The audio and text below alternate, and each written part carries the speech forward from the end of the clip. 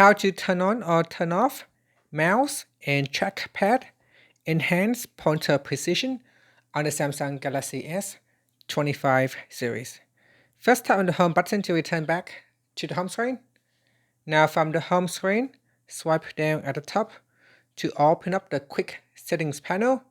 In here, tap on the settings icon. Next, we scroll down and then tap on General Management. Next, we scroll down and tap on Mouse and Trackpad.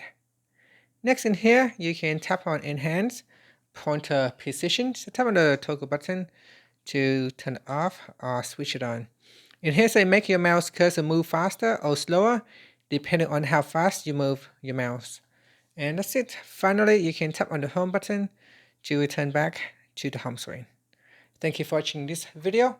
Please like and subscribe to my channel for my videos.